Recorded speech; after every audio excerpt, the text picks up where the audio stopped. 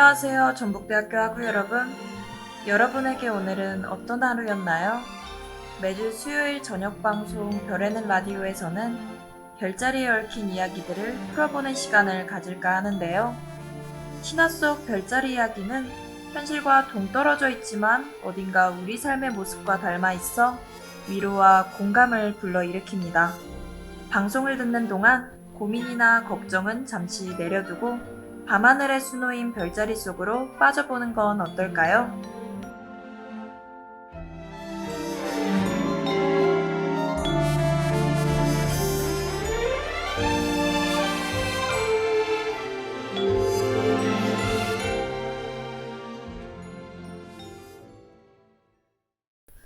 안녕하세요 하구 여러분.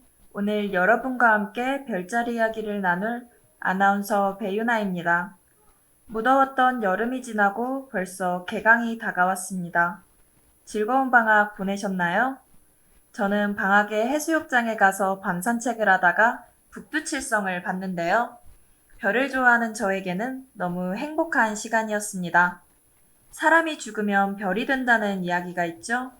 혹시 죽음 이후의 세계에 대해 상상해 보신 적 있으신가요? 저는 가끔 궁금증이 들어 사후세계가 정말 있을지, 있다면 어떤 모습일지 상상해 보곤 합니다.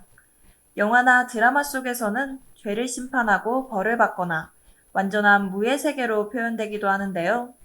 우리 눈에 보이지 않는 미지의 세계라 의견도 다양한 것 같습니다. 그리스 신화에는 이러한 사후 세계를 지배하는 신이 있다고 하죠. 누군지 예상하셨나요? 바로 저승을 지배하는 신 하데스입니다. 하데스의 이름은 눈에 보이지 않는 것, 땅 속에 있는 것, 이렇게 두 가지의 뜻이 있다고 하는데요. 이승과 저승 두 세계를 오가며 사람과 영혼을 마주하는 하데스에게 어떤 비밀이 숨겨져 있을까요? 노래 한 곡 듣고 하데스와 별자리가 어떤 연관이 있을지 이야기 나눠보겠습니다. 노래 듣고 왔습니다. 오늘 방송을 들으시는 학우분들은 별자리와 하데스가 어떤 이야기로 얽혀 있을지 상상해 보셔도 좋을 것 같습니다. 먼저 소개해드릴 별자리는 매력적인 선율로 듣는 이를 매료시키는 검은고 자리인데요. 생소하다고 느끼시는 분들도 있을 것 같습니다. 검은고 자리는 U자형 틀에 현을 붙인 하프 모양의 별자리인데요. 하늘에서 5번째로 밝은 별인 베가가 자리 잡고 있기도 한 여름 3대 대표 별자리 중 하나입니다. 검은고 자리를 보고 나면 마치 누군가 연주하고 있는 모습이 절로 떠오를 것 같기도 한데요. 검은고처럼 오랜 역사를 지닌 전통악기들은 독특한 소리의 매력이 있죠. 마음 깊은 곳을 흔드는 현의 울림이 가혹하고 냉정한 마음을 녹일 수 있을지도 모른다는 생각이 듭니다. 예를 들면 누구에게나 예외 없고 냉철하게 묘사된 신화 속 하데스 같은 신말이죠. 하데스에게 예외라니 무엇이 하데스의 마음을 움직였을지 정말 궁금해집니다. 검은고 자리가 하프 모양인 이유는 그리스 신화 속 검은고가 하프를 뜻하기 때문인데요. 그게 바로 아폴론이 음악 천재인 아들 오르페우스에게 선물한 하프이기도 합니다. 오르페우스는 에우리디케라는 아름다운 아내와 행복한 나날을 보내고 있었는데요. 그렇게 행복한 나날을 보내던 어느 날 아내 에우리디케는 불행히도 뱀에게 물려 죽고 말았습니다. 오르페우스는 아내를 너무 사랑했기에 슬픔을 참을 수 없었는데요. 결국 하데스가 지배하는 사후세계에 찾아가기로 결심합니다. 어두운 사후세계를 거쳐 하데스와 하데스의 아내 페르세폰의 앞에 도착한 오르페우스는 제가 검은고를 연주해드릴 테니 에우리디케를 돌려주세요 라며 간청했는데요. 자신의 하프 연주만으로 하데스를 설득하려 한다니 대단한 용기인 것 같습니다. 적막한 사후세계는 어느새 하프 선율로 매료되었는데요. 특히 페르세폰에는 오르페우스의 사랑에 크게 감동해 에우리디케와 함께 가는 것을 허락했습니다. 오르페우스의 진심이 통한 것인데요. 단 조건이 있었습니다. 땅 위에 이를 때까지 절대 뒤를 돌아보지 말아야 하는 것이었죠. 오르페우스가 참고 참으며 땅 위 거의 다다른 그때 뒤에서 쿵 하는 소리가 들립니다. 에우리디케가 발을 헛디디기라도 한 걸까요? 아내가 너무 걱정되었던 오르페우스는 결국 뒤를 돌아보고 맙니다. 그 순간 에우리디케는 어둠 속으로 사라지고 말았는데요. 다시는 에우리디케를 만날 수 없게 되었다는 사실에 오르페우스는 결국 죽음을 택합니다. 이쯤에서 우리가 잊고 있던 하나가 있죠? 바로 검은고. 오르페우스가 떠나게 되어 검은고는 주인을 잃고 말았습니다. 그런 검은고에서는 슬프고 아름다운 음악이 계속 흘러나왔는데요. 오르페우스의 음악을 좋아했던 제우스는 검은고를 하늘에 올려 모든 사람이 그의 음악을 기억하게 했고, 그게 바로 검은고 자리인 것입니다. 여기까지가 신화 속 검은고 자리 이야기였는데요. 다들 검은고 자리 이야기 어떠셨나요? 답이 없을 것으로 생각했던 하데스의 마음을 움직일 정도로 안타까운 이야기였는데요. 이젠 밤하늘에서 검은고 자리를 볼 때마다 구슬픈 검은고 선율 소리가 들리는 것처럼 느껴질 것 같습니다. 노래 듣고 왔습니다. 검은고 자리 이야기 재밌으셨나요? 이번에 소개해드릴 별자리 이야기의 주인공은 첫눈에 반할 정도로 매력적이니 기대해주셔도 좋을 것 같습니다. 혹시 이렇게만 듣고도 떠오르는 별자리가 있으신가요? 바로 아름다움의 대명사 처녀자리입니다. 처녀자리는 8월 23일에서 9월 22일 사이의 생일인 분들의 별자리인데요. 여름밤을 빛내는 검은고 자리와 달리 처녀자리는 봄철 별자리로 벚꽃잎이 흩날리는 봄밤에 찾을 수 있습니다. 처녀자리는 손에 보리이삭을 들고 있는 여신의 모습을 하고 있는데요. 보리이삭의 위치에는 처녀자리에서 가장 밝은 별인 스피카가 있습니다. 스피카란 곡물의 이삭을 뜻하는데요.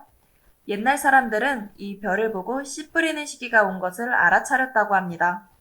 별자리 모양으로 계절의 오고 감을 알았다는 점이 흥미롭지 않나요? 처녀자리에는 무려 200개 정도의 은하가 한 무리를 이루는 거대한 은하단이 있는데요. 은하란 별과 같은 우주 물질이 중력의 영향으로 모여 있는 것입니다. 밤하늘의 별도 은하 속 각자의 자리에서 빛을 내는 것이죠. 처녀자리 은하단이라는 명칭이 있을 정도이니 거대한 은하단을 상상해보면 정말 엄청난 것 같습니다. 처녀자리는 신화 속에서도 다양한 이야기가 전해지는데요. 아까 검은고 자리 이야기에서 하데스의 아내 페르세포네가 등장했죠. 처녀자리의 주인공이 바로 대지의 여신 데메테르의 딸 페르세포네입니다. 페르세포네와 하데스가 어떻게 사랑에 빠지게 되었는지 정말 궁금한데요. 이번엔 이들의 사랑 이야기 속 어떤 비밀이 숨겨져 있는지 알아볼까 합니다. 하데스는 지상으로 올라와 갈라진 땅을 메우는 일을 하기도 했는데요. 그렇게 일을 하던 어느 날 아름다운 페르세포네를 발견하고 마음을 뺏기고 맙니다. 사랑에 눈이 먼 하데스는 페르세포네를 납치까지 해서 자신의 아내로 삼았는데요. 페르세포네는 풍족한 생활을 하면서도 땅 위의 풍경들을 생각하며 깊은 슬픔에 잠기곤 했습니다. 한편 데메테르는 딸을 잃은 후 깊은 슬픔에 빠졌는데요. 대지의 여신이 슬퍼하자 온 땅이 황폐해져 살 수 없는 지경에 이르렀습니다. 결국 보다 못한 신들의 왕 제우스가 나서서 지하세계의 왕이자 자신의 형인 하데스를 설득하기 시작했는데요. 페르세포네를 지상으로 돌려보내주는 건 어떨까? 지금 온 대지가 난리야. 이러다 다들 죽게 생겼어. 제우스의 끈질긴 설득에 페르세포네는 1년의 반은 지하세계에, 나머지 반은 지상에서 어머니와 함께 지낼 수 있게 되었는데요. 딸을 다시 만나게 된 엄마 데메트르의 마음은 더할 나위 없이 기뻤다고 합니다. 그래서 봄이 되면 돈쪽 하늘로 떠오르는 처녀자리는 사후세계에서 올라오는 페르세포네의 모습이라고 불리는 것이죠. 모두에게 좋은 결말이라 참 다행입니다. 그나저나 페르세포네가 얼마나 아름다웠으면 하데스의 마음을 사로잡았을지 궁금한데요. 누군가에게 반하고 사랑하는 인간의 모습이 하데스에게도 있을지 몰랐습니다.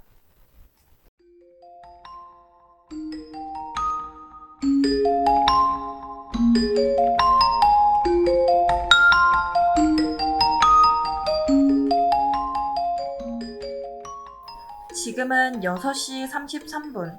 여러분은 별자리의 흔적을 따라 밤하늘의 세계로 빠지는 별에는 라디오와 함께하고 계십니다. 계속해서 별자리 이야기 나눠보러 가볼까요?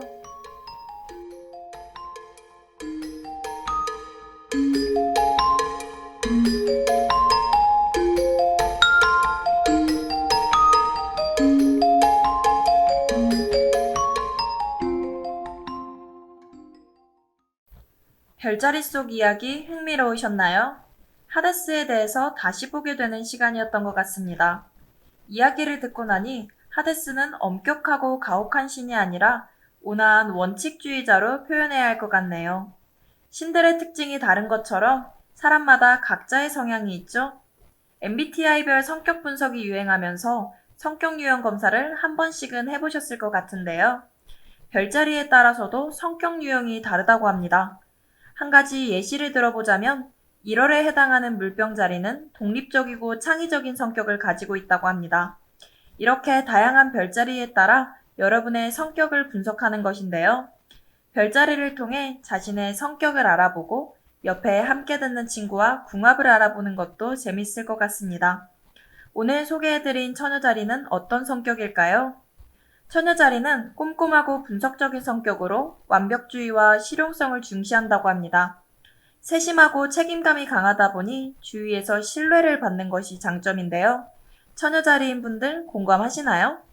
하지만 완벽주의로 걱정이 많으며 작은 문제에 과도하게 집착하기도 한다니 인간관계에서 유연성을 기르는 것도 해결 방법인 것 같습니다. 처녀자리는 연애에서도 신중하고 분석적인 연애를 추구한다는 점이 참 흥미로운데요. 시간을 가지고 상대의 성격이나 가치관 등을 꼼꼼히 관찰한 뒤에야 마음을 여는 경우가 많다고 합니다. 하지만 마음을 한번 열면 누구보다 헌신적이고 성실하게 관계를 유지한다고 하네요. 관심 있으신 이성이 처녀자리인 분들은 놓치면 후회할 것 같은데요. 처녀자리라고 해서 무조건 이런 성격이다 라고 장담할 수는 없는데요. 점성술은 어디까지나 미신일 뿐 너무 맹신하지 말고 재미로 들어보시면 좋을 것 같습니다. 별에는 라디오 마지막 코너에서는 주간 별자리 운세를 알아보고 있습니다. 점성술이라고 들어보셨나요? 별자리와 천체의 위치를 통해 운명을 점쳐보는 것을 말하는데요. 별자리에 따라 본인의 일주일 운세를 확인할 수 있다고 합니다. 별자리로 내 운명을 알 수 있다니 신비롭지 않나요? 오늘 이 시간에는 아름다운 외모의 소유자였던 처녀자리의 운세를 알아볼까 합니다. 처녀자리 분들은 얻어가는 것이 많은 한 주가 될 것 같으니 집중해서 들어보시면 좋을 것 같네요. 여러분에게 좋은 성과와 보상이 따른다고 합니다. 두려워서 미뤄뒀던 일들을 시도해보시는 건 어떨까요? 애정운도 상당히 좋은 한 주가 될 것 같습니다.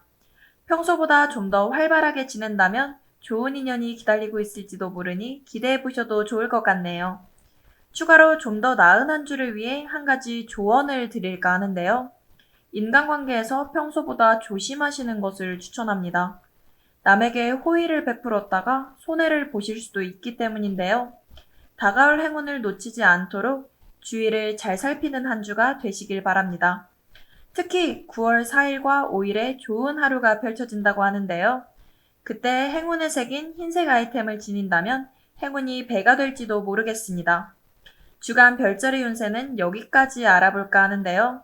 운세는 그저 운세일 뿐 순위에 너무 연연하지 않길 바랍니다. 이런 날도 저런 날도 있는 것처럼요. 만약 힘든 하루를 보냈다면 그건 별자리 탓으로 돌려버리는 건 어떨까요?